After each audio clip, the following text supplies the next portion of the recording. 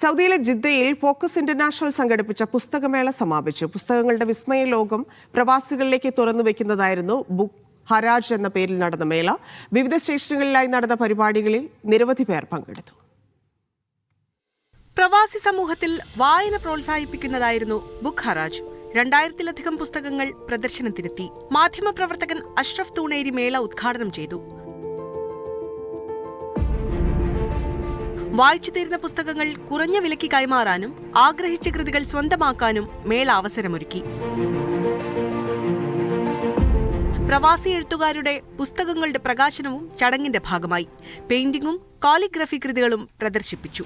APJ Abdul Kalam, Vaikom Muhammad Basheer, SK Pottekkatt തുടങ്ങിയവരുടെ കൃതികളും സംഭാവനകളും പരിചയപ്പെടുത്തുന്ന ക്യാൻവാസുകളും ശില്പങ്ങളും മേളയെ മനോഹരമാക്കി. ബുക്ക് ഹറാജ് കമ്മിറ്റി ചെയർമാൻ സലാ കാരാടൻ അധ്യക്ഷത വഹിച്ചു. Media 1 Jeddah.